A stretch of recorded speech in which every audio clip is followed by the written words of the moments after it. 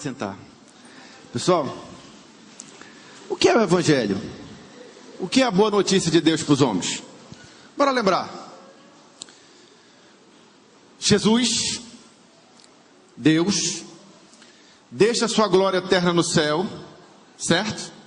E se faz homem, e entra nesse mundo, nascido de mulher, em carne, e vive entre nós.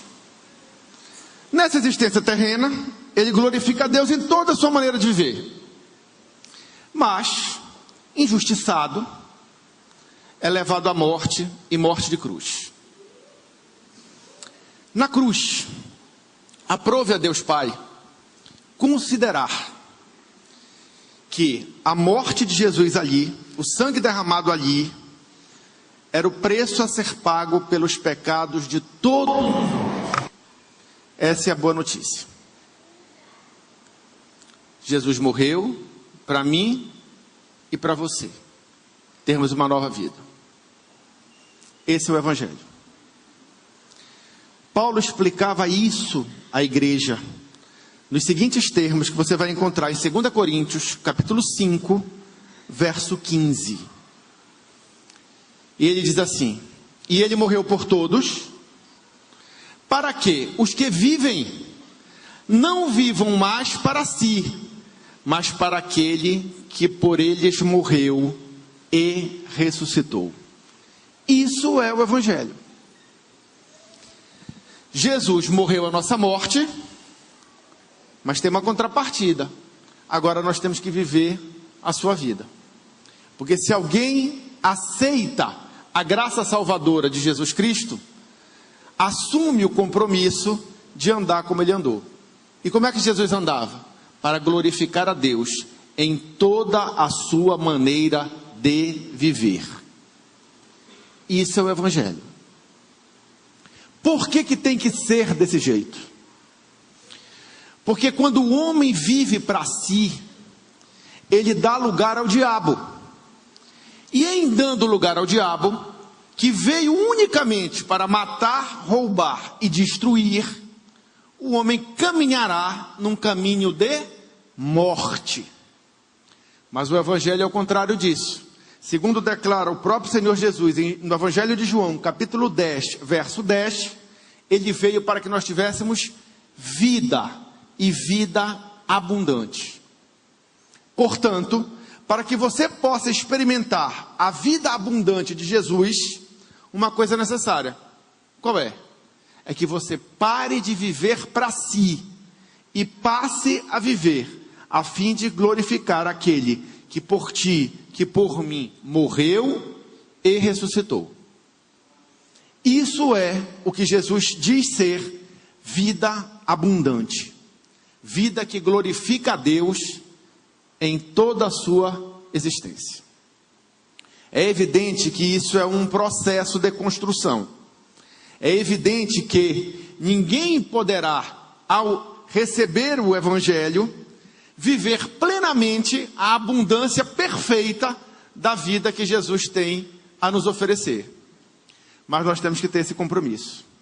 Então, cabe aos discípulos de Jesus, Jesus espera de seus seguidores, que nós compreendamos o que é uma vida abundante e tomemos atitudes, tomemos medidas no sentido de que ela seja uma realidade para mim e para ti. Deu para entender? Então, o que é a vida abundante? Vida abundante é uma vida que glorifica a Deus. Vida abundante é uma vida de serviço alegre ao Senhor, oriunda de gratidão por causa da sua graça. Vida abundante é uma vida de consciência renovada, que nos faz, através de um mecanismo de transformação interior, experimentar qual é a boa, perfeita e agradável vontade de Deus para a nossa vida. Isso que é vida abundante. Vida abundante não é uma vida isenta de tribulações, de dificuldades, mas é uma vida em que as tribulações e dificuldades são enfrentadas com bom ânimo. Vida abundante é passar por momentos de adversidade, momentos de tribulação, mas não sermos angustiados. momentos de perplexidade, momentos de surpresa, momentos de susto, mas não nos sentirmos desamparados, porque o Senhor é conosco. Vida abundante. Opa, obrigado. Vida abundante é ser perseguido, mas não desamparado, abatido, mas não destruído. Isso é vida abundante. Vida abundante é vida de contentamento. Quando você é um descontente, você não glorifica a Deus com seu descontentamento. No que Deus é glorificado de eu andar descontente? Isso vai acabar me levando a uma coisa que Deus abomina, que é a murmuração, a reclamação. Quem vive preso a queixumes, não vive uma vida abundante. Quem vive preso a murmurações, não vive uma vida abundante. Murmuração é algo que Jesus não espera de seus seguidores. Vida abundante é vida de contentamento mesmo no pouco. Porque se você não consegue ser contente no pouco, no muito não será suficiente.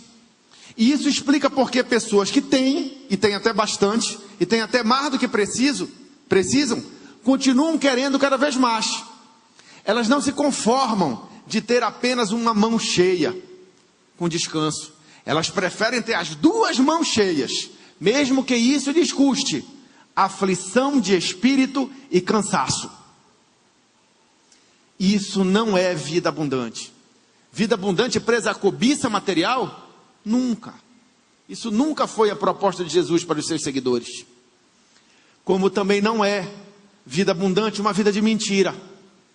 O fardo da mentira é terrível, porque quem é fraudulento, quem é falso, acaba encontrando uma mentira para encobrir uma outra mentira. E aí de mentira em mentira ele vai se sobrecarregando até ser esmagado por um peso grande. Vida abundante, pessoal, não é vida de preocupações. Quem vive uma vida abundante do Senhor, não anda preocupado com o seu amanhã, no que vai comer, no que vai vestir. Nem fica ansioso com o que mal possa lhe fazer o homem. Porque ele sabe que no Senhor existe proteção. Ele sabe que no Senhor não cai um fio de cabelo da sua cabeça que ele não saiba. Isso é vida abundante.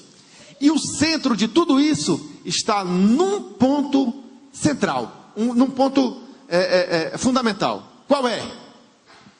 Vida abundante só pode existir em alguém que tem uma alma descansada. Se a tua alma for inquieta, ansiosa, você jamais experimentará o que é uma vida abundante. E experimentar uma vida abundante é o que Jesus espera daqueles que o seguem. Entendeu? Muito bem. Aí alguém dirá assim: poxa, Alexandre, mas eu entendo tudo isso. Só que é mais forte que eu. Eu tenho problemas na minha vida e eu me preocupo. A preocupação, eu sei até que é inútil, mas ela existe.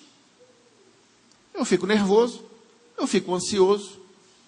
Diante das tribulações, eu vejo que a muralha é grande, e aí eu desanimo.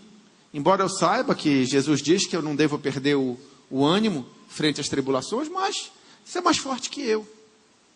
Eu já lutei que só contra isso, mas isso está em mim. Você está cansado disso? Então, Jesus tem uma proposta para você. Jesus tem um chamado para você.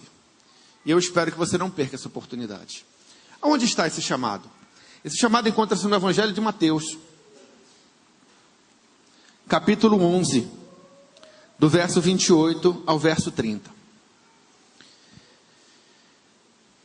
Partindo do princípio que ninguém pode experimentar o que é uma vida abundante no Senhor sem ter uma alma descansada, a proposta de Jesus para os seus seguidores é a seguinte: vinde a mim, todos que estáis cansados e oprimidos. Em outras versões diz: vinde a mim, vós que estáis cansados e sobrecarregados, e eu vos aliviarei. Tomai sobre vós o meu jugo e aprendei de mim, que sou manso e humilde de coração, e encontrareis descanso para a vossa alma. Porque o meu jugo é suave e o meu fardo é leve. Esse é o convite. Quer viver uma vida abundante? Precisa ter uma alma descansada. Como? Está aqui a proposta. Agora eu preciso analisar isso com você detalhadamente. Tá certo? Para você entender cada ponto dessa proposta. Para que quando você resolva aceitar, e eu espero que você o faça com toda a consciência. Então, o primeiro passo dessa proposta que você tem que analisar é logo a primeira expressão que Jesus usa. Vamos lá, mantenha Mateus 11, 28 a 30. Mantenha o 28. Vinde a mim. Pessoal, ninguém pode ter uma alma descansada, ninguém pode experimentar uma vida abundante se não for a Jesus. Entenderam? Então, o primeiro ponto é ir a Ele, porque Ele é a fonte de todas as bênçãos. Ele é a fonte de toda a nossa segurança. Ninguém pode viver uma vida que glorifique a Deus, uma vida de aversão, de repúdio, de abandono da impiedade das paixões mundanas. Ninguém pode viver uma vida correta. Ninguém pode ter uma existência que Deus se compraze, que Deus tenha prazer, se não estiver firme com Jesus. Por isso que ele diz, olha, eu sou o tronco da videira, vocês são os ramos. Se vocês estiverem ligados em mim, vai dar tudo certo. Vocês vão frutificar, vai ser uma maravilha. O evangelho em vocês vai se tornar algo concreto, algo frutífero. A salvação de vocês será franca, será abundante. A vida de vocês, a existência terrena de vocês, será uma existência que glorificará a Deus, que alegrará a Deus. Deus poderá dizer de ti e de mim o que disse por próprio Jesus. Este é meu filho amado em quem me comprazo. Que maravilha, né? Mas para isso, o que é que nós temos que fazer? Temos que ir a Jesus.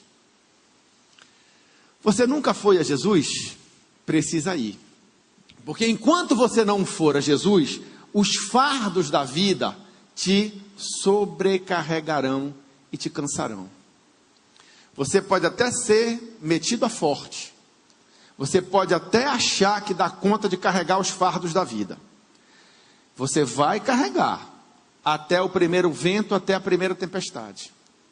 Mas quando a barra pesar, não é praga que eu estou jogando, é uma constatação com base no que diz as Escrituras Sagradas. O peso da vida vai te esmagar, a não ser que você vá a Jesus.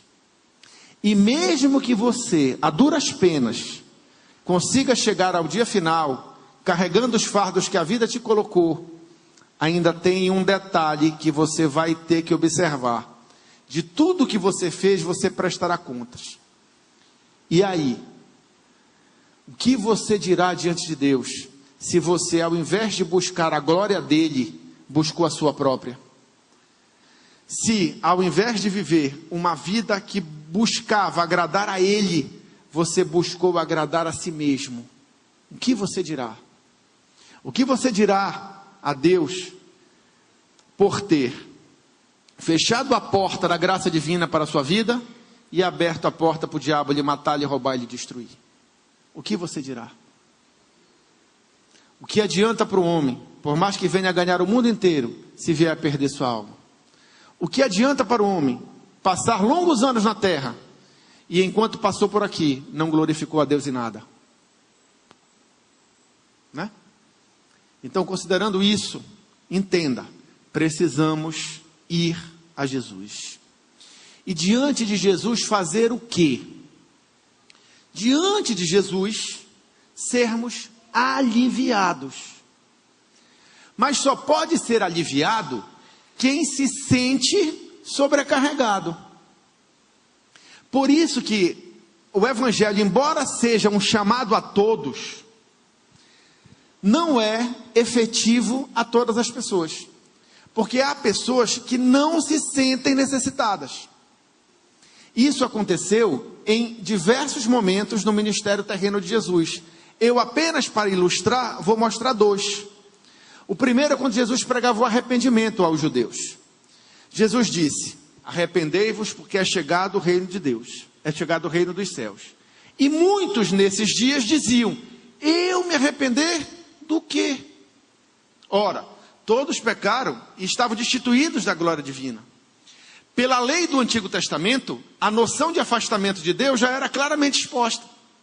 Mas mesmo assim, haviam pessoas que, debaixo do judaísmo, debaixo da antiga aliança, debaixo da informação do Antigo Testamento, não se achavam pecadoras, não se achavam necessitadas de arrependimento, não achavam-se necessitadas de mudar de vida. E Jesus diz a elas: os sãos não precisam de médicos, não vim chamar justos, mas pecadores ao arrependimento. A obra da redenção era para todos, mas o chamado de Jesus não era para os justos, que se achavam justos, porque justo na verdade não havia nenhum, certo? Mas pecadores ao arrependimento. O mesmo conceito é visto aqui. Vinde a mim, todos. Todos? Não. Todos que estás cansados e sobrecarregados. Por isso que eu lhe fiz a pergunta: você está cansado de não viver uma vida abundante? Então a sua hora chegou. Agora, se você não está preocupado com isso, a proposta de Jesus para ti está invalidada. Porque para que este processo que Jesus está te convocando aqui em Mateus 11 funcionar e você ter uma alma descansada, é necessário que você reconheça a necessidade de abandonar fardos negativos que não glorificam a Deus e colocá-los sobre a pessoa de Cristo. Se você não toma esta atitude, se você não sente essa necessidade, você é semelhante àqueles que não se achavam necessitados de arrependimento, que não se achavam necessitados de mudar de vida, que eram, aos seus próprios olhos, sadios. E quem é sadio não precisa de médico. Quem acha que dá conta de carregar os fardos da vida, quem está vivendo para si mesmo e acha que vai se dar bem com isso, não precisa submeter-se a Jesus. Jesus aqui está chamando pecadores ao arrependimento, está chamando pessoas que estão cansadas e sobrecarregadas pela maneira como têm vivido e querem mudar de vida. Então a proposta é para você que quer mudar. Deu para entender? Muito bem. Então vamos voltar lá para o texto. Vinde a mim, vós todos que estáis cansados e oprimidos, e eu vos aliviarei. O que é que você tem que fazer? 29. Tomai sobre vós o meu jugo e aprendei de mim. Calma lá. Jugo? Que jugo é esse? Jugo é fardo. É um peso. Jesus está falando aqui que para glorificar a Deus em toda a nossa maneira de viver, é necessário carregar um fardo. É necessário carregar um peso. Tá certo? Eu vou explicar que peso é esse, que fardo é esse. Mas eu queria só que você entenda como Deus é bondoso, como Deus é maravilhoso. Há pessoas completamente neurotizadas dentro das igrejas, porque assumiram o fardo do Evangelho, mas não liberaram os outros fardos que a vida já lhes havia imposto. Entendeu? Então elas estão se esforçando por andar no caminho da salvação, cansadas e sobrecarregadas porque são desobedientes. Não vão conseguir. Serão esmagadas pelo peso da carga. A proposta não é essa. A proposta do Evangelho não é que as responsabilidades do Evangelho sejam um fardo a mais. A proposta de Jesus é que as responsabilidades do Evangelho sejam a única responsabilidade. Entendeu? O único fardo. Por isso que é um fardo leve. Por isso que é um jugo suave. Porque você vai trocar uma série de bagagens pesadas e que nada glorificam a Deus e que só atrapalham você experimentar uma vida abundante, por algo positivo nesse sentido. Deu para entender? Maravilha. Então vamos lá. Que jugo é esse? Ao implementarmos a vontade de Deus na nossa vida e assumirmos uma postura limpa de consciência em relação a Deus, podemos enfrentar perdas terrenas. Em Mateus capítulo 10, versos 34 a 39, Jesus diz assim: não cuideis que vim trazer paz à terra, não vim trazer paz, mas espada. Porque eu vim pôr em dissensão o homem contra seu pai, e a filha contra sua mãe, e a nora contra sua sogra. E assim os inimigos do homem serão os seus familiares. Quem ama o pai ou a mãe mais do que a mim, não é digno de mim. Quem ama o filho ou a filha mais do que a mim, não é digno de mim. E quem não toma a sua cruz e não segue após mim, não é digno de mim. Quem achar a sua vida, perdê-la-á. E quem perder a sua vida por amor de mim, achar-la-á. Esse é o fardo do Evangelho. Observa que esse versículo 39 é igual em sentido ao texto inicial de 2 Coríntios 5:15, que diz lá que você deixa de viver para si para viver para Deus. É a mesma coisa aqui, tá? Quem perder a sua vida, ou seja, quem deixar de viver para a sua própria glória e buscar a glória de Deus, esse é o que vai viver a vida abundante e ter a salvação eterna. Quem faz o contrário, quem buscar os seus próprios interesses, quem quiser cuidar de sua própria vida, de se agradar a si mesmo, esse é o que vai perecer. Por quê? Porque ao fazer assim, ele estará dando lugar ao diabo. E o inimigo não veio senão para matar, roubar e destruir. Entendeu? Aí você anula a graça. E anulando a graça, perdição eterna.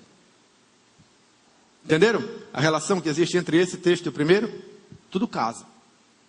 Essa é a única responsabilidade que compõe o fardo do Evangelho? Não, quem dera. Quem é de Jesus tem que andar como ele andou. Ao servo, basta ser como seu senhor.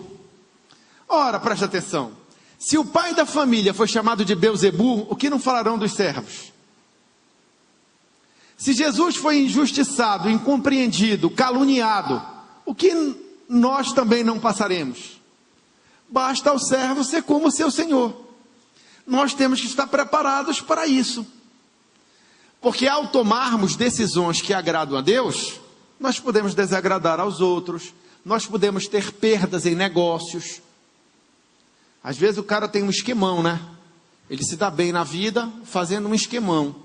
Aí ele entende que esse esquemão é desonesto. E a desonestidade não agrada a Deus. Você não pode viver uma vida abundante no Senhor presa à desonestidade. E aí você experimenta uma perda. É o fardo do Evangelho, pessoal. Amém. O objetivo da nossa existência terrena, diante da cruz, não é nos agradarmos a nós mesmos. É agradar a Deus. Se é honestidade que agrada a Deus, vamos ser honestos. Acabou com a fraudulência. Acabou com a desonestidade. Acabou com a corrupção. E por aí vai. Aí você extrapola esse exemplo para todas as outras coisas. Então, as perdas por amor a Cristo fazem parte do fardo do Evangelho. E ponto final. Basta ser o servo como o seu Senhor. O que Jesus passou, nós temos que estar prontos para passar também. Todos aqueles que quiserem viver piedosamente em Cristo Jesus padecerão perseguições. Todos. Uns mais, uns menos, uns de um tipo, outros de outro tipo. Mas ninguém que quer servir ao Senhor, quer glorificar a Deus nesse mundo tenebroso que nós vivemos, vai escapar de momentos de confronto. É o fardo do Evangelho. Mas isso é leve. Isso é um fardo gostoso de carregar. Se você não tiver mais outras cargas para te aborrecer. Por isso que Jesus diz, você está cansado, sobrecarregado, você está carregando um bocado de coisa que não glorifica a Deus, então me dá isso para cá. No que as tuas preocupações vão te ajudar? No que a tua ansiedade vai te ajudar? Lança isso em cima de mim. Te concentra naquilo que é importante. Te concentra nesse pacote que eu estou te dando. Aqui já tem coisa suficiente para te ocupar. Aqui já tem necessidade de vigiar, mesmo sabendo que se o Senhor não guardar a cidade, em vão vigia a sentinela. Isso faz parte do fardo do Evangelho. Tá certo? necessidade de edificar, porque ninguém consegue viver uma vida abundante sem edificar uma vida de comunhão com Deus. Entendeu? Sabemos que se o Senhor não edificar a casa, em vão trabalham aqueles que edificam. Inútil vai ser acordar cedo, dormir tarde, comer o pão de dores, tá certo? Em tudo dependemos do Senhor, mas temos a obrigação de nos dedicarmos à edificação de uma comunhão concreta com Deus. Também temos a necessidade de calcular. O cristão tem que ser habilidoso em saber onde se mete, tá certo? Jesus espera dos seus seguidores prudência, para não sermos como os tolos que resolveram construir uma torre, mas não calcularam o material que ia ser necessário, quanto ia ter que ter de tijolo, quanto ia ter de ferro, quanto ia ter de cimento. Aí começaram a construir a torre e tal, papapá, mas ficou pelo meio do caminho. E aquilo ficou um monumento à tolice, porque as pessoas passavam e diziam: olha esses tolos, começaram a edificar essa torre, mas não calcularam direito o material e não conseguiram. Jesus não quer que nós passemos por este vexame. Entendeu? Jesus quer que a nossa vida seja uma vida bem ordenada. A vida cristã abundante em Cristo Jesus é uma vida de ordem. Desordem, bagunça, confusão não glorifica a Deus. Isso não é um bom testemunho. Entenderam? É facílimo, pessoal. Esse é o fardo do Evangelho. E é nisso que nós temos que ocupar o nosso pensamento. Agora, problemas, ansiedades, negativo. Entendeu? Vaidades, buscar aplauso de homens. Que isso, pessoal?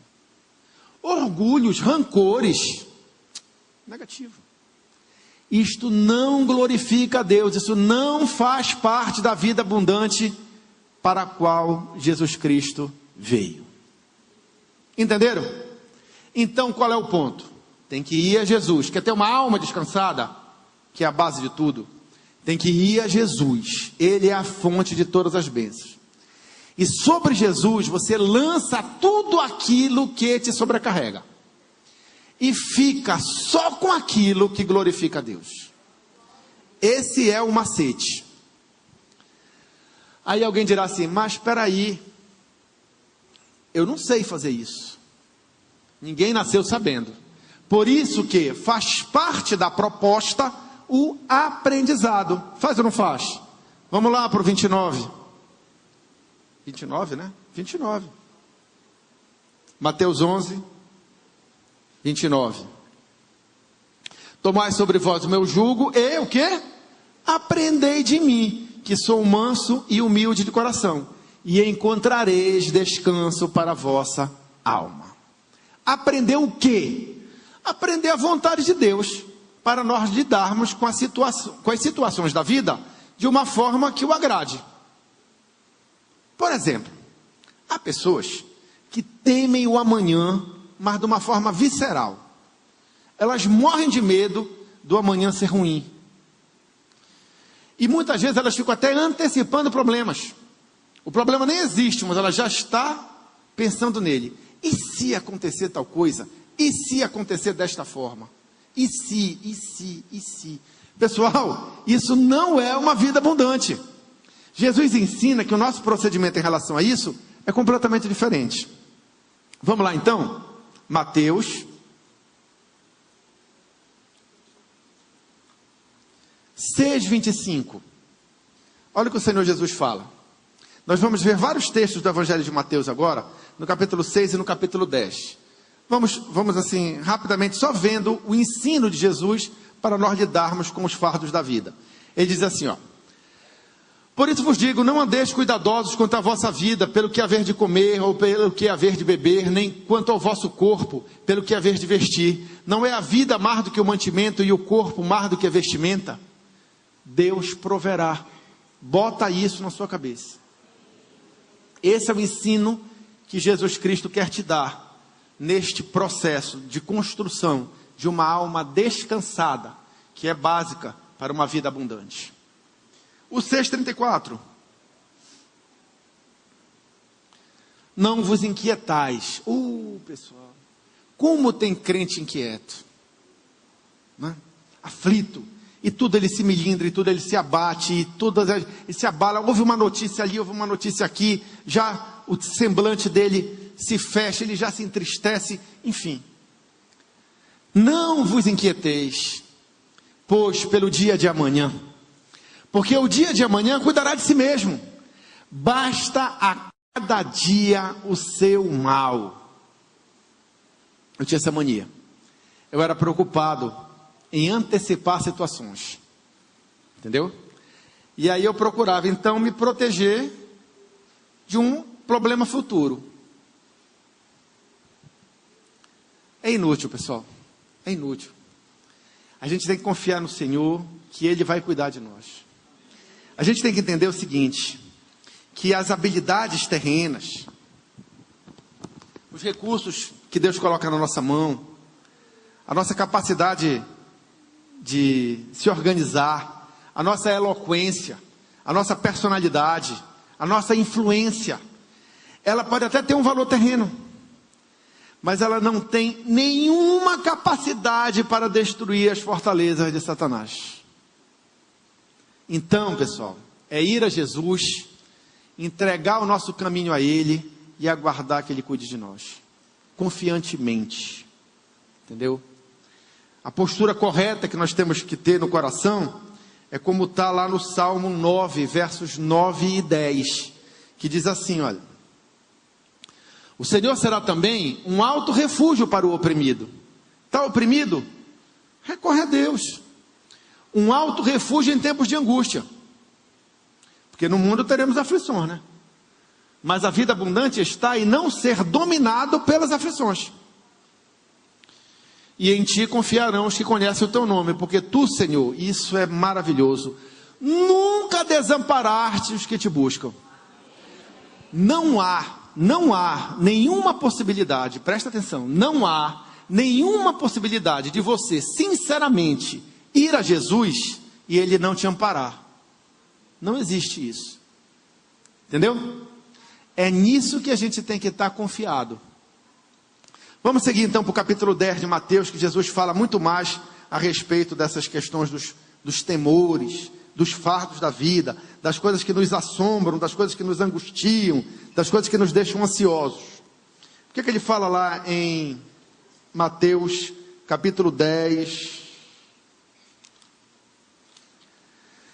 18 e 19? Olha só. E sereis até conduzidos à presença dos governadores e dos reis por causa de mim, para lhes servir de testemunho, a eles e aos gentios. Mas quando vos entregarem, não vos dê cuidado como ou o que haveis de falar, porque naquela mesma hora vos será ministrado o que haveis de dizer. Jesus ensina que nós não temos que ter nenhuma preocupação com os homens no que tange à exibição de nosso testemunho. Porque na hora que for preciso, o Espírito Santo vai nos assistir e vai nos colocar a atitude correta no coração e a palavra certa nos lábios. Então, ninguém fica preocupado com o que vão pensar, o que vão achar. Isso não interessa. Deus proverá. Deus proverá. O 10, 24 ao 31, Jesus segue no mesmo rumo. Aí diz assim, olha: não é o discípulo mais do que o seu mestre, nem o servo mais do que o seu senhor. Já até falamos disso. Basta ao discípulo ser como seu mestre, e ao servo ser como seu senhor. Se chamaram Beelzebul ao pai da família, quanto mais aos seus domésticos. Portanto, não os temais, porque nada há encoberto que não haja de ser revelado, de revelar-se, nem de oculto que não haja de saber-se. O que vos digo em trevas, dizei-o em luz. E o que escutais ao ouvido, pregai-o sobre os telhados. E não temais os que matam o corpo e não podem matar a alma. Temei antes aquele que pode fazer perecer no inferno a alma e o corpo. Não se vendem 2 passarinhos por um ceitil, e nenhum deles cairá em terra sem a vontade de vosso Pai. e até mesmo os cabelos da vossa cabeça estão todos contados. Não temais, pois valeis vós muito mais do que muitos passarinhos. Não temais, pois mais valeis vós do que muitos passarinhos. Então, esse é o ensino que Jesus quer que você aprenda, para que você possa ter uma alma descansada. Aí você dirá agora, tá bom, eu entendi. Isso que tu leste aí, eu entendi, e eu queria ser assim. Só que tem uma coisa muito séria que acontece comigo. Eu não consigo. Eu estou cansado, eu estou sobrecarregado, eu quero jogar os meus problemas sobre Jesus, mas os meus problemas estão dentro de mim, como um turbilhão. A minha alma está aflita, a minha alma está ansiosa. Eu entendi que Jesus quer que eu receba o fardo do Evangelho e em troca lance sobre ele toda a minha ansiedade, todos os meus cuidados, todas as minhas preocupações, todas as coisas que na minha vida me impedem de usufruir de uma vida abundante. Eu entendi tudo isso, Alexandre. Eu entendi tudinho. E eu quero isso. Mas o simples fato de eu ter este conhecimento que tu apresentaste aqui essa tarde, nesse dia, na minha mente, não aquieta a minha alma. Pode acontecer isso, não pode? Pode ou não pode? Então, como fazer? Então, eu vou explicar para você como Paulo recomenda que a igreja faça. Isso está em Filipenses, capítulo 4. E é isso que, após lermos, vamos exercitar. Pessoal, é um ato de fé. Tá certo? É uma entrega de fé. Não tem essa história de não consigo. Tá? É uma decisão. Senhor, os meus sentimentos não vão me dominar. Eu vou entregar para ti agora. Entendeu? Não é uma questão que você tenha poder em si mesmo para fazer. É uma obra espiritual. Mas ela é uma obra espiritual norteada por alguns princípios. E o apóstolo Paulo explica aqui em Filipenses capítulo 4, como isso deve ser feito. Capítulo 4, verso 6, diz assim, olha: não estejais inquietos por coisa alguma. Isso é fundamental, tá? Esta afirmação aqui do apóstolo Paulo reitera o entendimento que você deve ter de que uma alma angustiada não glorifica a Deus. Tá certo? Não andeis inquietos por coisa alguma. Entenda que coisa alguma significa o quê? Coisa alguma. Né? Então, é nada, pessoal. Não cabe preocupação com a família, com a criação dos filhos, com a carreira profissional, com a carreira ministerial, com o futuro da igreja, com o cuidado do corpo, com a saúde, com coisa nenhuma. Não cabe. Quando você vive focado nesses cuidados, a vida abundante não se concretiza, porque para que a vida abundante se concretize, é preciso ter uma alma descansada no Senhor. Então, não andeis inquietos por coisa alguma.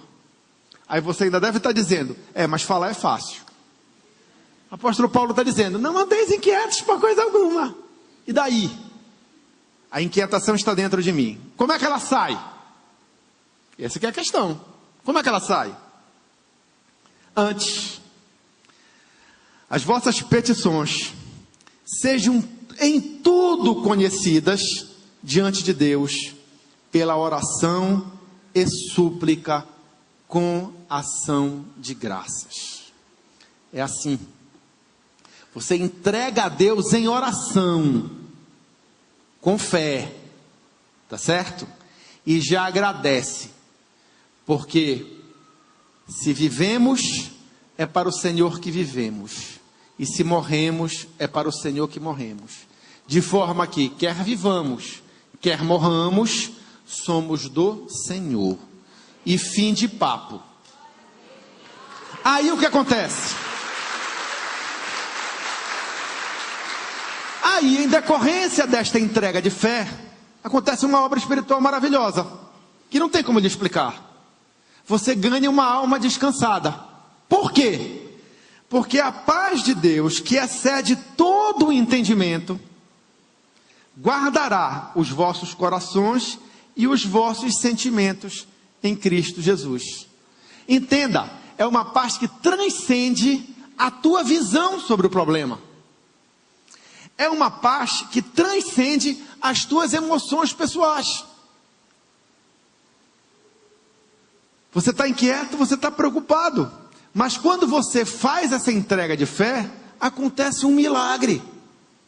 Aquele problema que te parecia um problemão, aquele problema que te esmagava, aquela coisa que te sufocava, simplesmente para de te sufocar. Por quê? Existe uma explicação disso.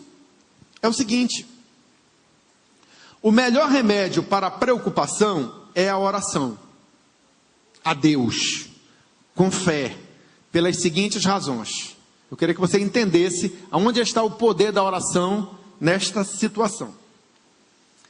Mediante a oração, renovamos nossa confiança na fidelidade do Senhor, ao lançarmos nossa ansiedade e nossos problemas sobre Ele, para que Ele cuide de nós, e não nós cuidemos de nós mesmos.